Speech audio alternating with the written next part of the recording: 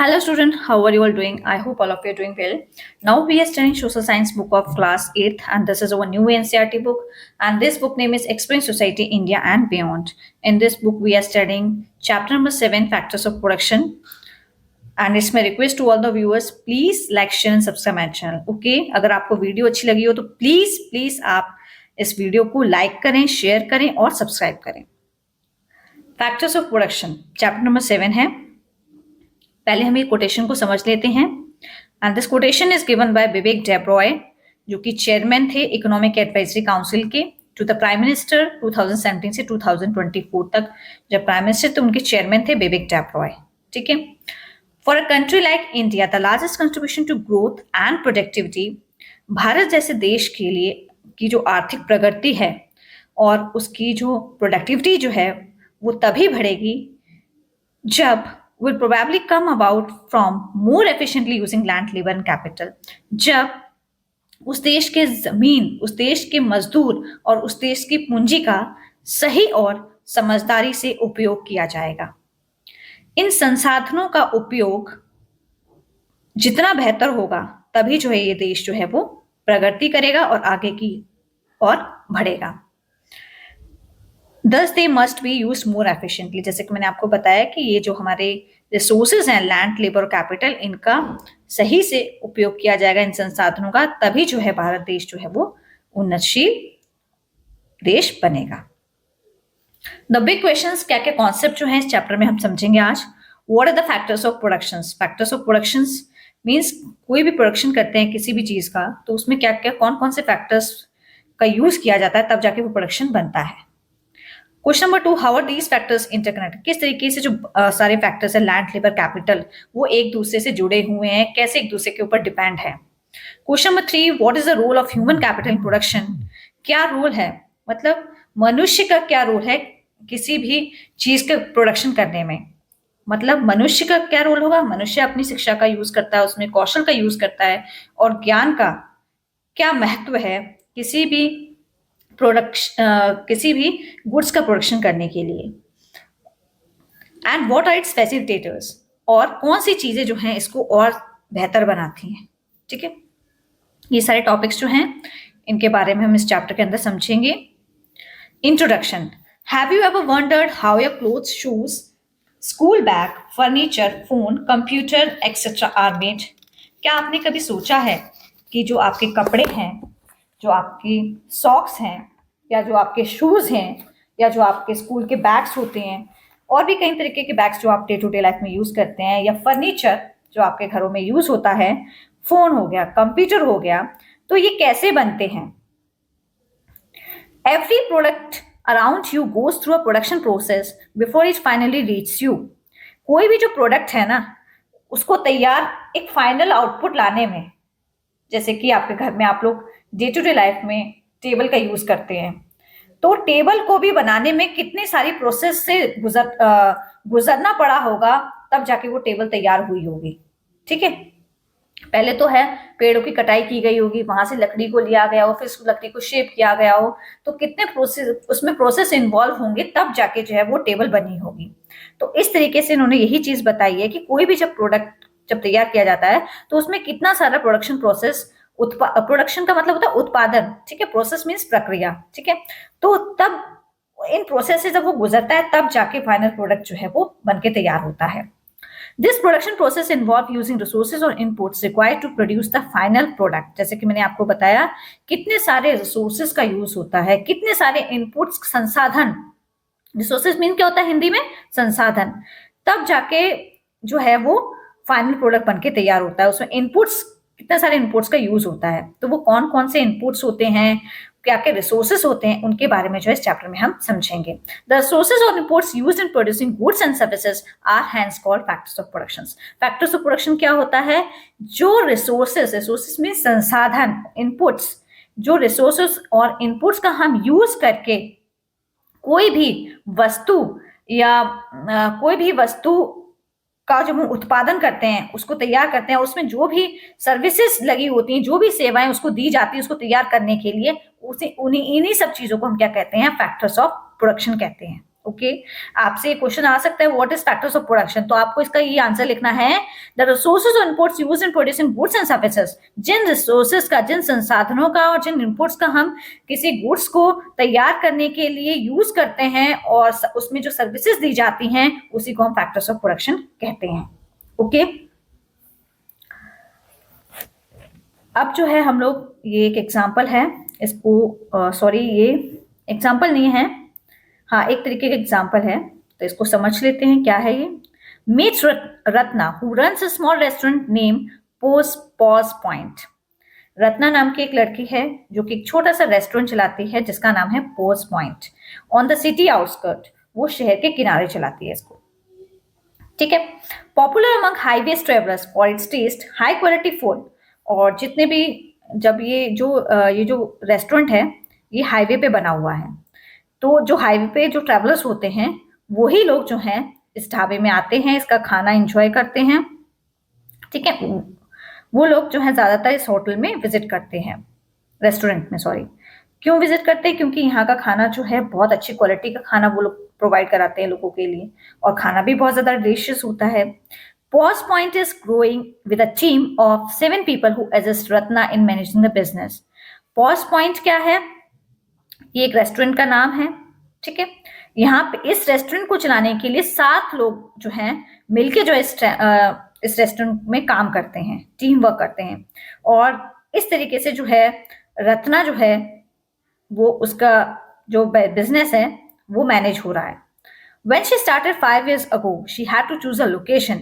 जब उसने इस बिजनेस को स्टार्ट किया था 5 साल पहले, तो उसको एक जगह देखनी पड़ी थी, कि एक स्थान खोजना पड़ा था कि उसे कहाँ पे इस तरीके का जो है बिजनेस स्टार्ट करना है।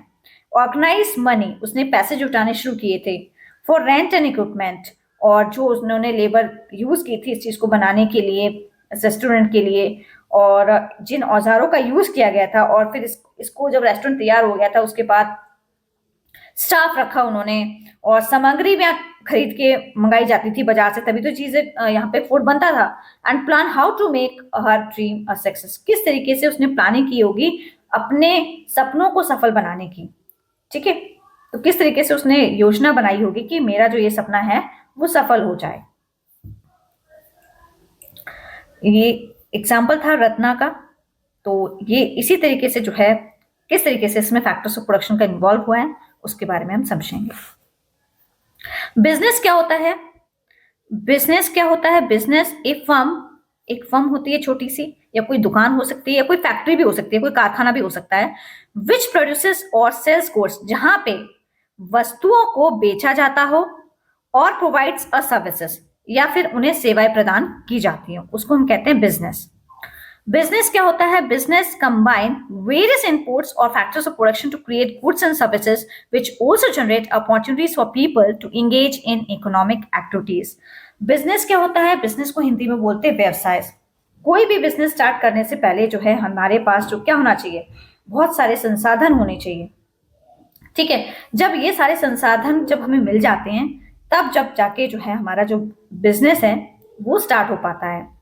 तो किसी भी व्यवसाय को चलाने के लिए इन सभी संसाधनों को मिलाकर वस्तुएं और सेवाएं दी जाती हैं, इसी से लोगों को काम मिलता है, और फिर जो है हमारी अर्थव्यवस्था भी क्या होती है, आगे बढ़ती है, ठीक है। तो जो व्यापार करने के कोई भी व्यापार या बिजनेस करने के लिए जो फैक्टर्स ऑफ प्रोडक्शन चाहिए, जो इनपुट्स हमको चाहिए किसी वस्तु को तैयार करने के लिए, या कोई सेवाएं दी जा रही हैं, ठीक है, सर्विसेज प्रोवाइड की जा रही हैं, तो इससे क्या हो रहा है, ये जो फैक्टर्स ऑफ प्रोडक्शन जो क्रिएट कर रहा है गुड्स और सर्विसेज, यही जो है लोगों को नौकरियों के क्या देता है, अवसर देता है, लोगों को काम करने का मौका मिलता है, ठीक है। और उसमें क्या होते हैं, लोग क्या करते हैं, इकोनॉमिक एक्टिविटीज करते हैं, मतलब आर्थिक गतिविधियां करते हैं। आर्थिक गतिविधियां करके क्या मिलता है, लोगों को रोजगार मिलता है, ओके। इसी से क्या होता है, हमारी जो अर्थव्यवस्था है वो भी आगे बढ़ती है। लेट्स एक्सप्लोर, एक एग्जांपल ले लेते हैं यहाँ पे। In small group study the economic activities and around your locality. एक छोटे से बच्चों का आपको ग्रुप बनाना है, और आपको ये स्टडी करनी है कि वहां पे जो लोग रह रहे हैं, तो वो लोग जो हैं कौन कौन सी आर्थिक गतिविधियों में इन्वॉल्व हैं, मतलब आपके आसपास जो भी लोग रहते हैं आपके आस पड़ोस में, तो कौन सी जॉब वो लोग करते हैं उसके बारे में जो है आपको एक जो है ग्रुप में डिस्कशन करना है। What are the different types of goods and services being made or provide, अब वो किस तरीके के गुड्स और सर्विसेज जो है वो बनाते हैं, गुड्स को तैयार करते हैं, कौन सी सर्विसेज वो करते हैं। जैसे कोई पुलिस में होगा, कोई आर्मी में होगा, कोई फैक्ट्री में काम करने जाता होगा, ठीक है, कोई हो सकता है मसाले की फैक्ट्री में काम करता हो, कोई क्लोथ की फैक्ट्री में काम करता हो। तो इस तरीके से आपको ऐसे लोगों की एक लिस्ट तैयार करनी है और उसका डिस्कशन करना है ग्रुप के अंदर। Okay, here's a small report that Lata, Asha, Mohan and Kiran made. तो एक ऐसी ही छोटी सी रिपोर्ट है जो कि लता जो है और आशा, मोहन और किरण की है, उन्होंने बनाई है। You can make your own report for shops of your choice. आप भी इस तरीके से एक रिपोर्ट तैयार कर सकते हैं, उसमें आप शॉप्स को, अपनी मर्जी के शॉप्स को इंक्लूड कर सकते हैं, ऐड कर सकते हैं। ओके, आप भी अपनी पसंद की दुकानों को की ऐसे ही रिपोर्ट बना सकते हैं। दुकान चलाने में क्या क्या सामान या चीजें लगती हैं, तो वो सारी चीजें जो हैं अभी हम इसमें टेबल में देखेंगे। टाइप्स ऑफ शॉप्स में ये बताया कि किस प्रकार की दुकानें हैं। नंबर इन द लोकेलिटी का मतलब क्या होता है? नंबर इन द लोकेलिटी का मतलब है कि इस तरीके की जो शॉप्स है वो आपकी लोकेलिटी में कितनी है। ठीक है, गुड्स प्रोड्यूस्ड और सर्विसेज प्रोवाइडेड का मतलब क्या होता है? दुकानें क्या बेचती हैं और क्या सेवाएं प्रदान करती हैं। ओके, और last types of inputs required, इसका मतलब यह है दुकान चलाने में क्या क्या सामान और चीजें का यूज होता है, तब जाके वो दुकान तैयार हो पाती है। ओके, तो हम लोग सबसे पहले देख लेते हैं ग्रोसरी शॉप्स। ग्रोसरी शॉप्स क्या होती है? किराने की दुकान होती है जो कि उसकी लोकेलिटी में 13 है, लोग की लोकेलिटी में, और क्या क्या गुड्स मिलते हैं वहां पे, क्या क्या वस्तुएं मिलती हैं, क्या सेवाएं प्रदान की जाती हैं। फूड ग्रेन्स मिलते हैं, अनाज, मिल्क, दूध मिलता है और ब्रेड मिलता है उनकी दुकान के ऊपर, किराने की जो दुकान है। टाइप्स ऑफ इनपुट्स क्या क्या चाहिए? पैकेज गुड्स होने चाहिए, पैकेज गुड्स है वहां पे, पैक किए हुए सामान है। जल्दी खराब होने वाली वस्तुएं वो लोग बेच रहे हैं, जैसे कि दूध। ठीक है, स्टोरेज स्पेस चाहिए उनको चीजों को रखने के लिए। तो ये सारे इनपुट्स चाहिए जब एक ग्रोसरी शॉप्स उनको तैयार करनी है तो। ठीक है, नेक्स्ट एग्जांपल दिया इन्होंने, रेस्टोरेंट फूड स्टॉल। रेस्टोरेंट और फूड स्टॉल्स, रेस्टोरेंट्स छोटा मोटा नहीं, रेस्टोरेंट्स जो होते हैं और फूड स्टॉल्स होते हैं जिसमें आपको खाने पीने की दुकानें होती हैं। ये रेस्टोरेंट्स और फूड स्टॉल्स आपकी लोकेलिटी में कितने हैं तो वो आप भी बता सकते हैं इस तरीके से। यहाँ पे तो 8 हैं। कुक्ड मील्स, वहां पे पका हुआ भोजन मिल रहा है, नाश्ता मिलता है, स्नैक्स, बेवरेजेस मिलते हैं, बेवरेजेस मीन्स पेय पदार्थ। तो उनको क्या क्या इनपुट्स चाहिए इसके लिए? रॉ इंग्रेडिएंट्स चाहिए, कच्ची सामग्री चाहिए, जैसे कि वेजिटेबल्स होना चाहिए उनके पास, फ्रूट्स होना चाहिए, गैस होनी चाहिए, बर्तन होने चाहिए, कुक होना चाहिए खाना बनाने वाला, और हेल्पर होना चाहिए जो कोई हेल्प करे। ओके, वेजिटेबल वेंडर्स की बात करें तो वेजिटेबल वेंडर्स जो हैं उनकी शॉप्स जो है वो लोकेलिटी में 15 है। ओके, 15 है। फ्रेश वेजिटेबल्स और फ्रूट्स वो लोग बेचते हैं, ताजा सब्जी और फल। फ्रेश प्रोड्यूस होनी चाहिए उसके लिए, ताजा सब्जियां वगैरह जो है, फल वगैरह जो है वो दुकान पे पहुंचने चाहिए। बास्केट चाहिए उसके लिए, उनको स्टोर करने के लिए। एक वेटिंग मशीन चाहिए जिससे कि वो तौल के सब्जी दे सकें। स्केल, वही तराजू, कार्ट और स्टॉल होना चाहिए जिसमें वो सब्जियां रख सकें। तो ये सारे इनपुट्स उनको जरूरी हैं जब वो वेंडर्स और वेजिटेबल वेंडर्स की शॉप उन्होंने खोली है। तो मोबाइल रिपेयरिंग करने की शॉप है, वो 4 है उनकी लोकेलिटी में। मोबाइल रिपेयर करता, मोबाइल कोई खराब हो जाता है या मोबाइल की कोई एसेसरीज उसमें पड़नी होती है तो वो ये सब जो है गुड्स जो है प्रोड्यूस होते हैं और सर्विसेज प्रोवाइड करते हैं इस तरीके से लोग। टूल्स, कोई भी औजार, स्पेयर पार्ट्स, कोई बचा हुआ पार्ट्स है। Knowledge and skills of mobile components and functions, तो ये चीजें बहुत जरूरी है। कोई ऐसा व्यक्ति हो जिसको ज्ञान हो, उसमें कौशल हो मोबाइल को ठीक करने का, उसको पता हो कौन सा कंपोनेंट्स और फंक्शन किस तरीके से करेगा। सैलून्स और पार्लर्स जो है उनकी लोकेलिटी में 3 हैं, जहाँ पे बाल काटे जाते हैं। ग्रूमिंग, ब्यूटी, दूल्हा दुल्हन को तैयार किया तो उनको सर्विसेज दी जाती है, मैनिक्योर, पैडिक्योर और फेशियल, हेयर। ठीक है, तो उसके लिए उनको क्या क्या इनपुट चाहिए? सीजर्स चाहिए, क्रीम्स चाहिए, ब्यूटी प्रोडक्ट्स चाहिए, वाटर भी होना चाहिए। ठीक है, इलेक्ट्रिसिटी भी होनी चाहिए, इस तरीके की वो शॉप हो। Okay, looking at your group's report, think about the following: where do people get the money that they need for their business?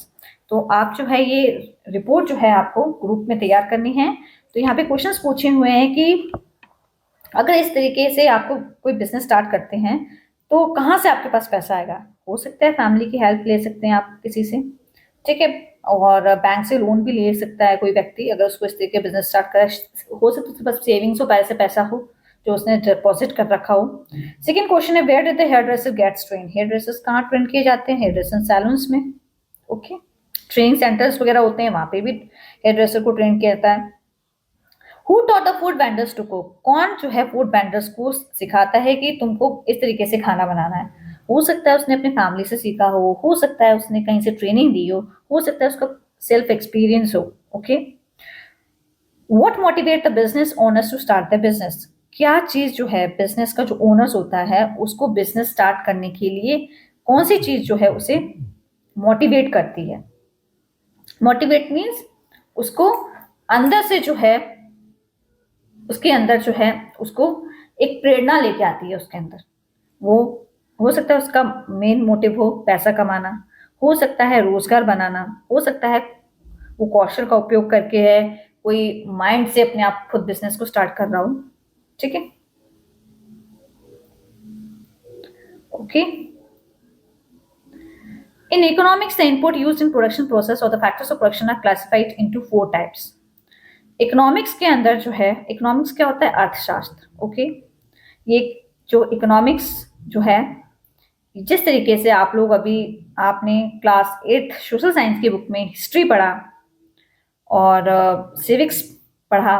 Civics मैंने नहीं पढ़ाया अभी, कुछ चैप्टर्स जो पॉलिटी के हैं सिविक्स के वो मैंने नहीं पढ़ाए हैं। ज्योग्राफी का चैप्टर पढ़ाया था मैंने फर्स्ट चैप्टर, और हिस्ट्री के भी कुछ चैप्टर्स मैंने पढ़ाए हैं। हिस्ट्री के तो मोस्टली सारे ही पढ़ा दिए, टिपिस्ट्री ऑफ द पास्ट जो हमारी थीम है। वैसे ही क्या होता है, इकोनॉमिक्स का ये चैप्टर है जिसको फैक्टर्स ऑफ प्रोडक्शन बोला जाता है, और क्लास 9th के अंदर आपकी जो है इकोनॉमिक्स की जो है एक सेपरेट बुक हो जाती है। ठीक है, उस टाइम पे आप सोशल साइंस के अंदर आपकी 4 बुक्स में डिवाइड हो जाती है आपकी सोशल साइंस, हिस्ट्री, सिविक्स और आपकी geography, 4th one is economics. ये आप 9th 10th में सोशल साइंस में पढ़ते हैं ये subject.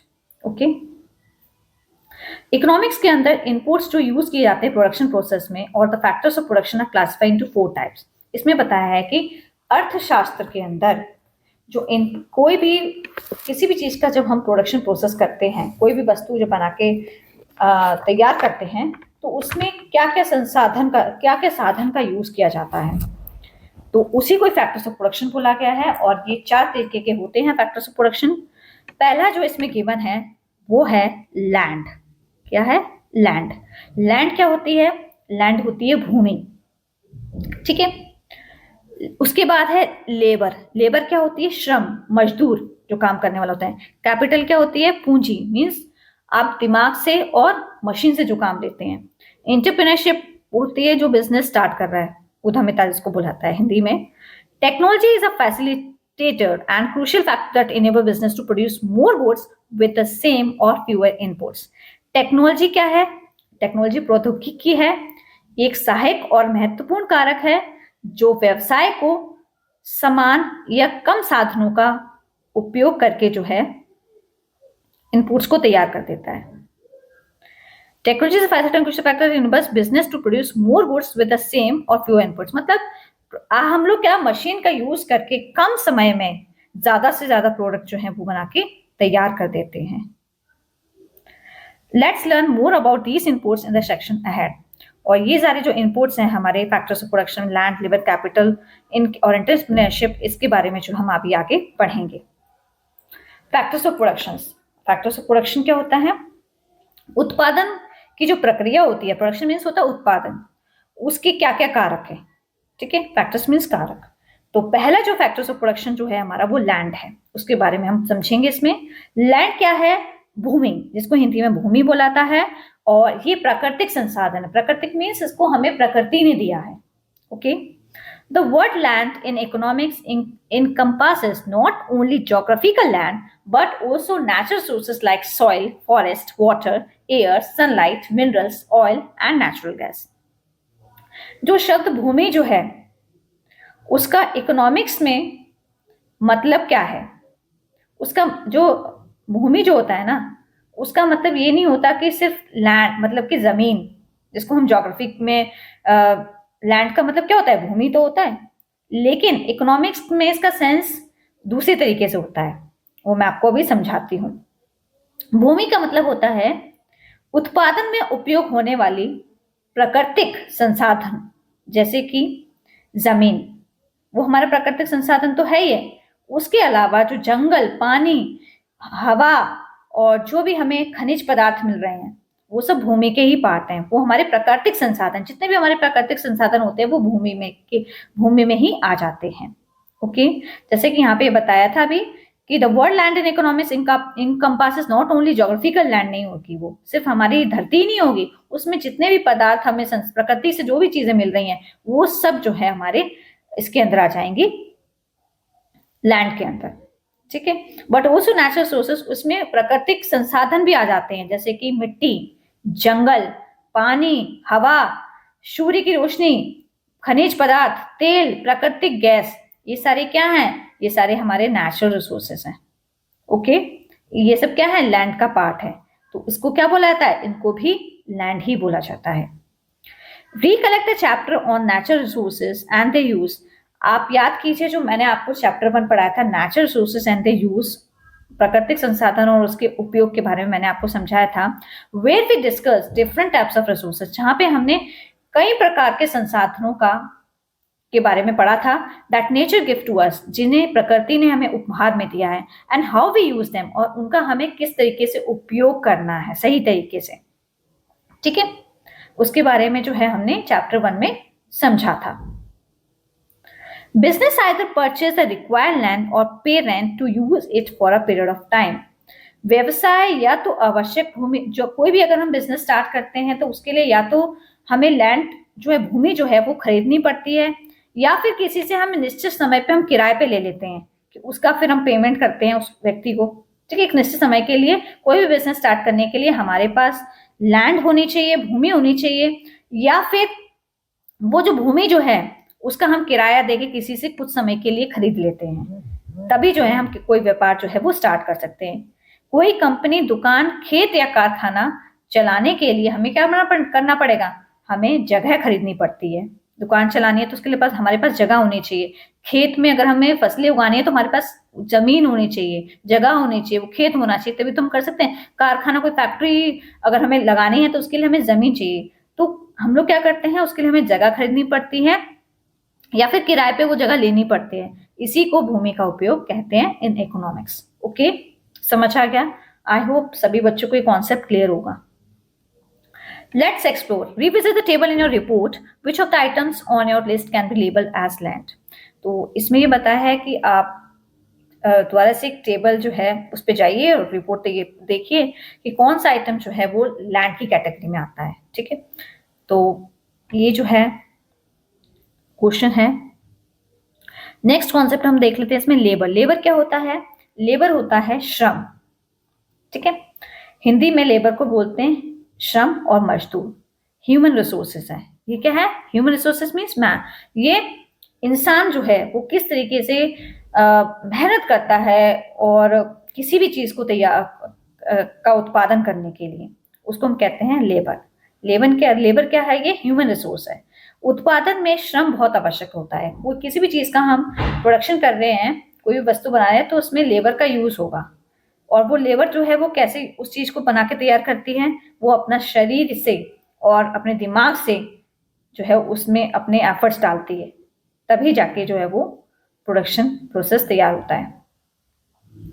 Labour is essential in production involving physical and mental effort. जैसे कि मैंने आपको बताया कि किसी भी चीज का अगर हमें प्रोडक्शन करना है, उत्पादन करना है, प्रोडक्शन का मीन्स होता है उत्पादन, तो उसके लिए लेबर बहुत जरूरी है। और लेबर क्या काम करती है? मजदूर व्यक्ति क्या काम करता है? लेबर क्या है? ह्यूमन रिसोर्सेज है, इंसान।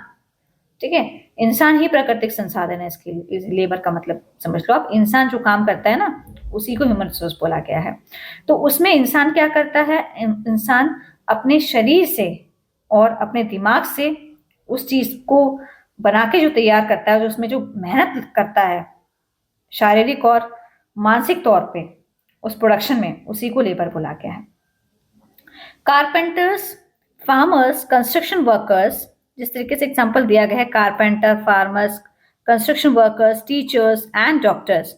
आप देखेंगे कारपेंटर जो है उसका अपना काम होता है, वो लकड़ी का से फर्नीचर बनाता है। ठीक है, फार्मर्स क्या करते हैं? फार्मर्स खेतों में काम करते हैं, फसलें उगाते हैं। कंस्ट्रक्शन वर्कर रोड वगैरह तैयार करते हैं। टीचर्स बच्चों को पढ़ाते हैं, ज्ञान देते हैं। एंड डॉक्टर्स पेशेंट को ट्रीट करते हैं, उसके बीमारी का इलाज करते हैं। Use varying levels of physical strength. तो ये सब लोग क्या करते हैं? ये सब लोग अपनी शारीरिक क्षमता का इस्तेमाल करके और ज्ञान का इस्तेमाल करके, अपने कौशल का इस्तेमाल करके जो है वो काम करते हैं। सभी लोगों का काम जो है वो अलग अलग है और सभी लोग अपनी स्किल का यूज करते हैं और नॉलेज का यूज करते हैं। ओके, हर काम के लिए अलग अलग प्रकार की क्षमता और कौशल चाहिए। किसान खेत में मेहनत करता है, डॉक्टर ज्ञान का उपयोग करता है, शिक्षक पढ़ाते हैं, बढ़ई लकड़ी का काम करता है। ये सभी क्या है? श्रम है, लेकिन अलग अलग हैं। ठीक है, everyone contributes differently through their work. जैसे कि अभी हमने बताया, हर कोई जो है अपना अलग अलग योगदान दे रहा है, अलग तरीके से काम कर रहा है। डॉक्टर अपने तरीके से काम कर रहा है, कारपेंटर अपने तरीके से काम कर रहा है। और ये चीज जो है, everyone contributes differently through their work, helping create goods and services for society needs. समाज की आवश्यकताओं को पूरा करने के लिए हर व्यक्ति का काम जरूरी है। तो कोई वस्तुएं बनाता है तो कोई सेवाएं देता है। Okay, people as a resource, यहाँ पे क्या बताया है?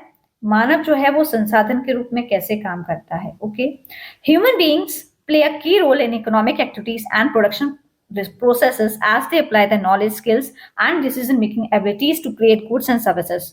इंसान जो है वो भी काफी महत्वपूर्ण रोल प्ले करता है प्रोडक्शन प्रोसेस में, आर्थिक गतिविधियों में, क्योंकि ह्यूमन जो है वो भी क्या करता है?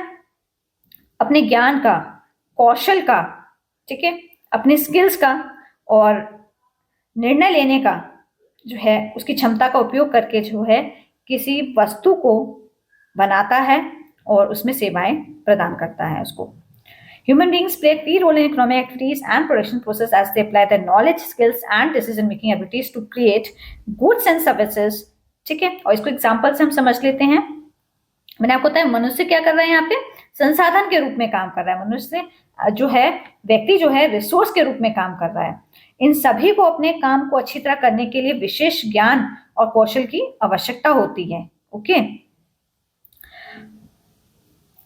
For example, a police officer maintains law and order. एक पुलिस ऑफिसर का क्या काम होता है? कानून और जो है उसको बनाए रखना, सभी लोग कानून का पालन करें और शांति बनाए रखना।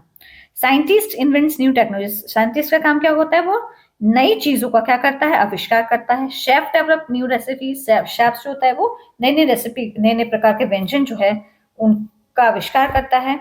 They all require special sets of knowledge and skills to perform well. Of course, they all must be dedicated to their work to do। हाँ, तो जैसा कि आपको पता है, पुलिस ऑफिसर जो है वो लॉ एंड ऑर्डर को मेंटेन करता है। साइंटिस्ट न्यू टेक्नोलॉजीज को लेके आता है, उसका आविष्कार करता है। शेफ जो है वो नई रेसिपी बना के तैयार करता है। तो इन सब चीजों में जो है, इन सभी कामों को अच्छी तरह से करने के लिए विशेष ज्ञान और कौशल का क्या किया गया है? यूज किया गया है, उसकी आवश्यकता होती है। ओके, कौशल के साथ साथ मेहनत और लगन भी बहुत जरूरी है। जो भी काम जिस भी व्यक्ति को दिया गया है उसके लिए उसको क्या करना पड़ता है? उसका काम बहुत अच्छी तरीके से हो, उसके लिए उसको समर्पण करना पड़ता है, उसके लिए उसको त्याग करना पड़ता है। इसका मतलब वही है कि they all must be dedicated to the work to do a good job. तो हर किसी को जो है एक अच्छा काम करने के लिए अपने आप को समर्पित करना पड़ता है और उसमें उसको ज्ञान, कौशल, विशेष उसका जो ज्ञान है और कौशल की आवश्यकता होती है किसी भी काम को अच्छे तरीके से करने की। ये एग्जाम्पल यहाँ पे दिए हुए हैं, figure 7.3 workers at a tea plantation. यहाँ पे क्या हो रहा है? चाय के बागान में जो है काम कर रहे हैं कुछ मजदूर, लेडीज काम कर रही है चाय के बागान में। मीन्स चाय की पत्तियां जो है वो लीव्स हैं, उसे किस तरीके से टी बनाई जाएगी। तो ये टी लीव्स का में जो है फार्म है, खेत है, वहां पे काम कर रही है, वहां से शायद पत्तियों को तोड़ रही है। फिगर 7.4 ये है केमिकल इंजीनियर। किस तरीके से जो है इंजीनियर जो है लेबोरेटरी में केमिकल की टेस्टिंग वगैरह कर रहे हैं लोग। कारपेंटर लकड़ी को किस तरीके से शेप दे रहा है, सॉफ्टवेयर डेवलपर है ये। तो ये सारे क्या हैं, ये सारे हमारे फैक्टर्स ऑफ प्रोडक्शन के पार्ट हैं, उनका एग्जाम्पल है। ठीक है, और सबके काम करने के तरीके क्या क्या हैं, अलग अलग है। Okay, the word labour refers to the physical and mental effort used in productions. Labour का मतलब क्या होता है, श्रम। जैसे कि मैंने बताया आपको, किसी चीज को बनाने या तैयार करने के लिए जो शरीर और मानसिक प्रयास किए जाते हैं, शरीर से कोई भी काम करने के लिए जो दिमाग और शरीर से जो मेहनत लगती है ना, उसी को लेबर बोला जाता है। ठीक है, तो यहाँ पे वही बताया कि लेबर जो है फिजिकल मेंटल एफर्ट जो प्रयास किए गए हैं किसी भी उत्पादन को तैयार करने में, प्रोडक्शन को तैयार करने में, किसी भी वस्तु को तैयार करने में। However, human capital refers to the specialized skills, knowledge, abilities and expertise required to perform that labor. Human capital क्या होता है, मानव पूंजी।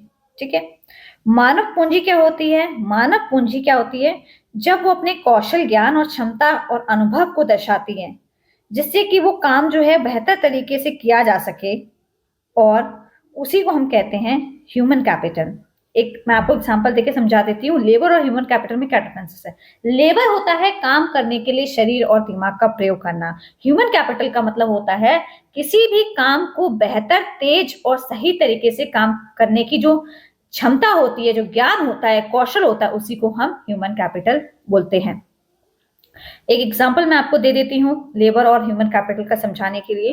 लेबर क्या होती है, जब कोई व्यक्ति लकड़ी काट के लेके आता है ना, तो वो लेबर है।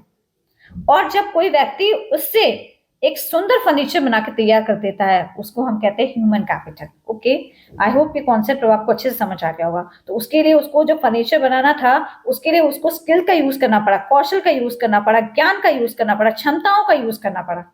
ठीक है, उस काम को करने के लिए।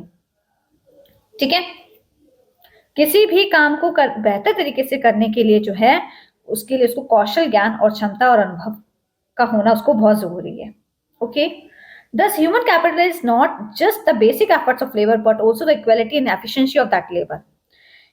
यानी सिर्फ काम करना ही काफी नहीं, काम को अच्छे से करना है ना, तो व्यक्ति को, अगर आपके अंदर स्किल है, आपके अंदर ज्ञान है, कौशल है, तो आप क्या करेंगे, उस काम को तेजी से, समझदारी से और सटीकता से काम करेंगे उस काम को। तो यही इसी का मतलब होता है, मानव पूंजी यही बताती है कि व्यक्ति कितनी तेजी, सटीकता और समझदारी से काम कर सकता है, और किसी भी काम को तरीके से करने की जो क्षमता होती है, उसी को हम कहते हैं ह्यूमन कैपिटल। क्या होते हैं, it's not just a basic efforts of labour. वो सारे सिर्फ आपके थोड़े बहुत प्रयास ही नहीं है, बल्कि आप बहुत अच्छा जो है तेजी से काम कर रहे हैं और सटीकता से काम कर रहे हैं, और गुड गुड मतलब क्वालिटी से काम कर रहे हैं, उसी को हम समझदारी से काम कर रहे हैं। ठीक है, एफिशिएंसी से काम कर रहे हैं, उसी को बोलते हैं।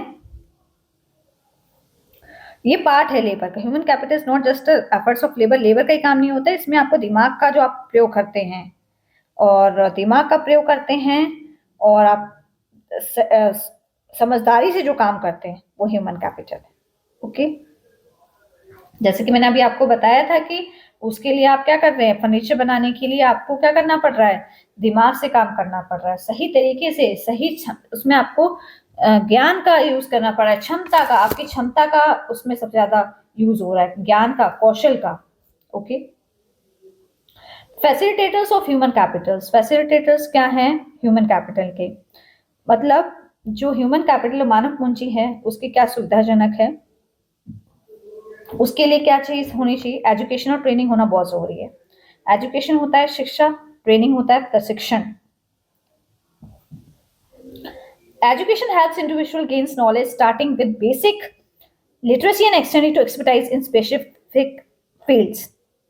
शिक्षा जो है व्यक्ति को ज्ञान प्राप्त करने में मदद करती है, और जो मूल साक्षरता से शुरू होकर विशेष क्षेत्रों में विशेषताएं प्रदान करती है। जैसे कि अगर आप पढ़े लिखे होंगे, ठीक है, तो तभी जो है आप जो है किसी भी विशेष क्षेत्र में जो है साक्षरता हासिल कर सकते हैं। ठीक है, जैसे कोई शिक्षा क्या है, पहले व्यक्ति को पढ़ना लिखना सीखना आना चाहिए, फिर आगे वो क्या करता है, फिर आगे चलकर वो किसी भी क्षेत्र में क्या करता है, एक विशेषज्ञ बन जाता है। जैसे कि डॉक्टर बनते हैं, इंजीनियर बनते हैं, कुछ लोग टीचर्स बनते हैं, तो इस तरीके से एजुकेशन जो है बहुत बड़ा रोल प्ले करती है। What you learn in school enriches your knowledge and prepares you to solve real world problems. जो भी चीजें आप स्कूल में पढ़ते हैं, सीखते हैं, तो वो सिर्फ आप परीक्षा के लिए ही नहीं करते हैं, वो जीवन की समस्याओं को सुलझाने के लिए उन जो भी आपकी लाइफ में जो प्रॉब्लम्स आती हैं, उनका सोल्यूशन ढूंढने के लिए जो है आप लोग क्या करते हैं, एजुकेशन स्कूल्स में नॉलेज के प्राप्त करते हैं, शिक्षा प्राप्त करते हैं। जो आपके डे टू डे लाइफ में प्रॉब्लम्स आ रही हैं, उनकी भी समस्या का जो है आप हल कर सकते हैं, उनकी समस्याओं का सोल्यूशन आपको मिल जाए। For example, a civil engineer students learns principle of design materials. एक एग्जाम्पल से देख के समझ लेते हैं। एक सिविल इंजीनियरिंग स्टूडेंट्स है जो कि डिजाइन और सामग्री के सिद्धांत को सीखता है, विच अप्लाई टू बिल्डिंग इंफ्रास्ट्रक्चर, जो कि वो क्या करता है, सड़कों और पुलों जैसी संरचनाओं के निर्माण में उपयोग किया जाता है। जैसे कि वो रोड्स बनाता है, ब्रिज करता है, उसमें वो अपना इस ज्ञान का इस्तेमाल करता है। The challenges lies in creating durable, cost efficient and eco friendly solutions. तो आज काम केवल अच्छा होना नहीं चाहिए, बल्कि जो काम वो कर रहा है वो कम खर्चीला होना चाहिए और प्रकृति को भी नुकसान ना पहुंचे, इस तरीके से उसको काम करना चाहिए। This is achieve through training such as observing construction sites. तो ये चीजें जो है तभी पॉसिबल हो सकती हैं जब उसको प्रशिक्षण मिला हो। निर्माण स्थलों को देखना और सामग्री की जांच करना, testing materials, understanding safety procedures, सुरक्षा प्रक्रियाओं को समझना और हैंड्स ऑन एप्लीकेशन व्यवहारिक कार्य करना।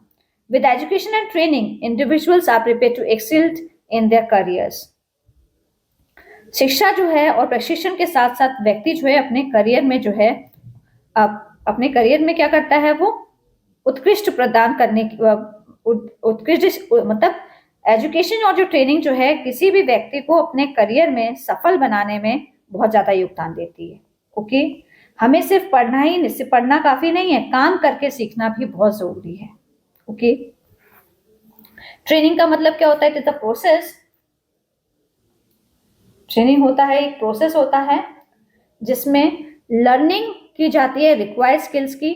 यहाँ पे हमको एक कौशल सिखाया जाता है किसी भी काम को करने के लिए या किसी भी क्रिया को करने के लिए, कोई भी जॉब करने के लिए जो स्किल हम सीखते हैं उसी को ट्रेनिंग बोला जाता है। कॉग्निटिव क्या होता है? कॉग्निटिव को हिंदी में बोलते हैं ज्ञानात्मक। ये प्रक्रिया है सीखने की, जानने की और समझने की। ठीक है, cognitive means it is process of learning. Learning means सीखना, नोइंग मीन्स जानना और अंडरस्टैंडिंग मीन्स समझना। इसी को हम कहते हैं कॉग्निटिव। ओके, अब जो है हम हेल्थ केयर के बारे में पढ़ने वाले हैं। हेल्थ केयर क्या होता है? स्वास्थ्य सेवाएं। Good health supports cognitive development. Cognitive means होता है मानसिक विकास। ओके, अगर आपका अच्छा स्वास्थ्य होगा तो आपका मानसिक विकास भी अच्छा होगा। Allowing children to attend school regularly. तो अगर बच्चों का मस्तिष्क स्वस्थ होगा तो बच्चे भी क्या करेंगे? अच्छे तरीके से पढ़ेंगे, सीखेंगे और अच्छा बेहतर करेंगे और रोज स्कूल जाया करेंगे। तो good health supports cognitive development, allowing children to attend school regularly. बच्चे रोज स्कूल जाया करेंगे एंड लर्न बेटर, और बहुत बेहतर तरीके से, अच्छे तरीके से जो है चीजों को समझेंगे। Similarly workers are able to give the best physically and mentally when they are of sound body. इसी तरीके से जो मजदूर होते हैं, जब वो शारीरिक और मानसिक रूप से स्वस्थ होंगे तो वो भी अपना काम जो है सर्वश्रेष्ठ तरीके से कर पाएंगे। ठीक है, जब उनकी बॉडी जो है वो मेंटली और फिजिकली फिट होंगे तभी तो जो है वो मजदूर सही तरीके से काम कर पाएंगे। बीमार बच्चे जो होते हैं ना, वो पढ़ाई पर ध्यान नहीं दे पाते, इसलिए स्वास्थ्य भी शिक्षा जितना जरूरी है। बीमार व्यक्ति अच्छी तरह काम नहीं कर सकता है। They are able to do more in shorter time periods, be creative and do not have to be away from work due to ill health। तो वो क्या करेंगे? कम समय में जो है ज्यादा काम कर लेंगे और रचनात्मक भी हो जाएंगे, क्रिएटिव होंगे और और अगर बीमार व्यक्ति होगा तो बीमारी के कारण वो काम से जो है वो रेगुलर उस चीज को काम को नहीं कर पाएगा और रचनात्मक तरीके से काम नहीं कर पाएगा। तो इसीलिए स्वस्थ व्यक्ति होना बहुत जरूरी है। स्वस्थ व्यक्ति तेज, रचनात्मक और नियमित रूप से जो है वो काम कर सकता है। Okay,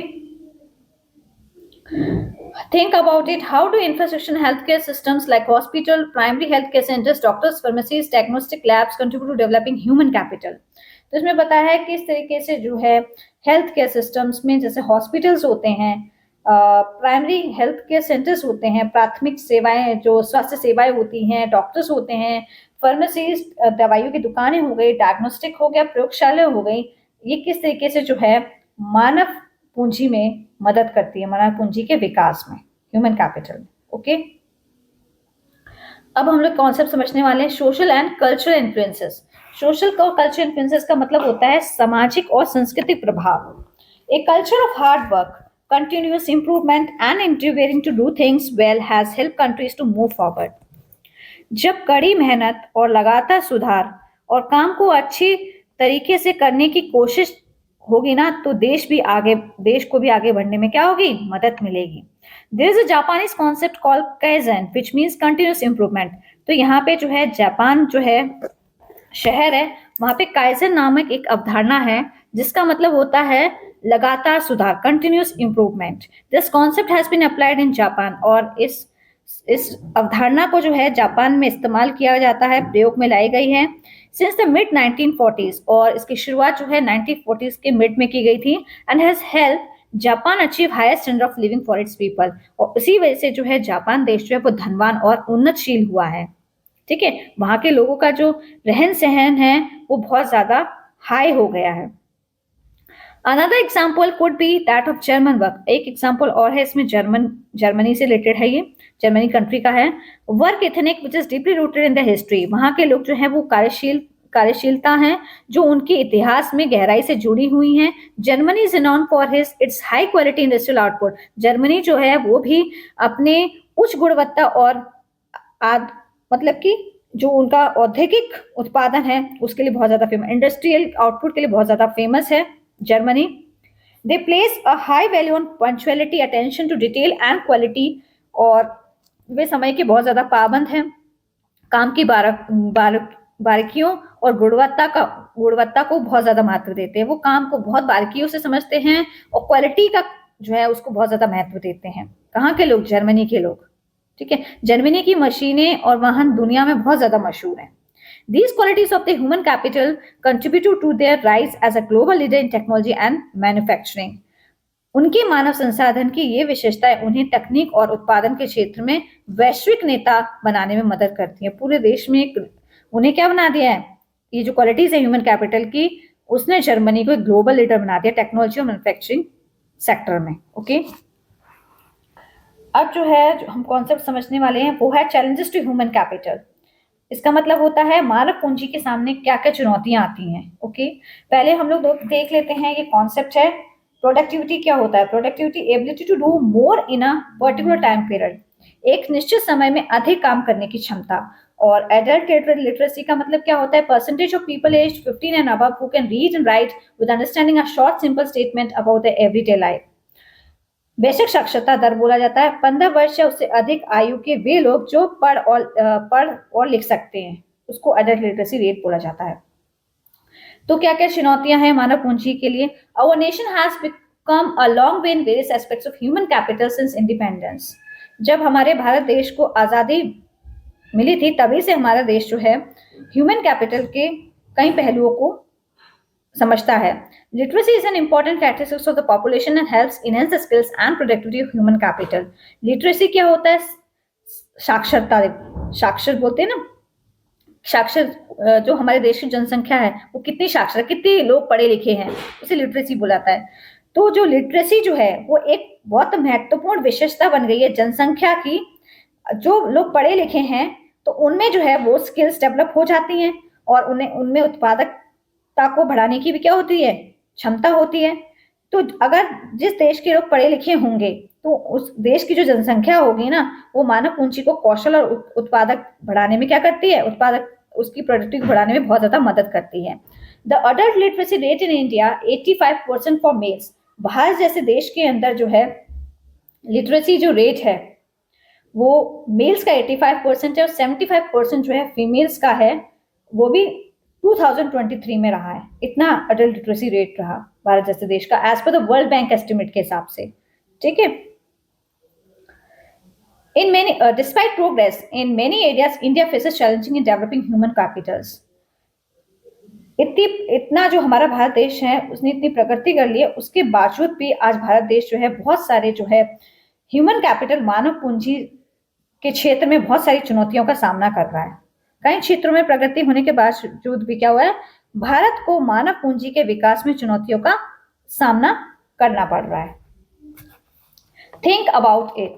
शिवाय ए स्टूडेंट एट सरस्वती विद्यालय in grade 8।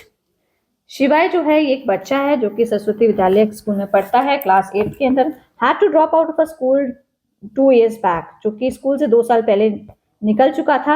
As his father lost his job, क्योंकि उसके पिताजी ने क्या कर दी थी, जॉब छोड़ चुके थे उसके पिताजी। How do you think the loss of schooling years will affect शिवाय व्हेन ही ग्रोस अप? तो आपको लगता है कि जो उसने अपनी एजुकेशन छोड़ दी थी 2 साल पहले, जब शिवाय बड़ा होगा तो उस पर प्रभाव पड़ेगा? इस चीज का जरूर पड़ेगा, क्योंकि उसके वो क्या कर सकता है, वो 8th क्लास तक पढ़ा हुआ है, तो वो कोई कंपटीशन के एग्जाम्स की तैयारी नहीं कर सकता। ओके, वो गवर्नमेंट जॉब्स के लिए अप्लाई नहीं कर सकता। हाँ, ऐसी जॉब कर सकता है कि वो कोई मोबाइल की दुकान खोल सकता है, कोई स्किल वगैरह सीखे, ठीक है, या फिर वो कोई क्या कहते हैं कोई शॉप, ग्रोसरी की शॉप्स खोल सकता है, तो इस तरीके का बिजनेस कर सकता है। लेकिन वो बाकी बच्चे जिस तरीके से, जो बच्चे पढ़े लिखे होते हैं उनके बराबर जो है वो उनके बराबर जो है वो अपना करियर नहीं बिल्ड कर सकता।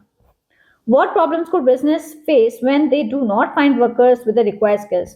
क्या समस्याएं आती हैं बिजनेस में जब उन्हें कार्यकर्ता वर्कर्स नहीं मिलते हैं जिनमें योग्यता होती हैं? तो बहुत बड़ी प्रॉब्लम आती है। अगर बच्चों जो वर्कर्स होते हैं उन्हें स्किल्स नहीं होंगी तो किस तरीके से बिजनेसमैन को बहुत सारी प्रॉब्लम फेस करनी पड़ेगी। According to the Economic Survey of India 2024, 65% of the people in India are below the age of 35 years. Economic survey जो है इंडिया का 2024 के हिसाब से 65% जो लोग हैं भारत देश के, वो 35 ईयर से जो ऊपर हैं, उनको ये बताया है कि this means that India has a young productive population. तो ये जो है भारत देश की जो है युवा जो जनसंख्या है, विच में help the country reap the benefits of demographic dividend. जो 35 ईयर्स की जो पॉपुलेशन है, यंग जनरेशन जो है, वो जो है देश की जो जनसंख्या जो लाभ है उसको प्राप्त करने में मदद करेगी।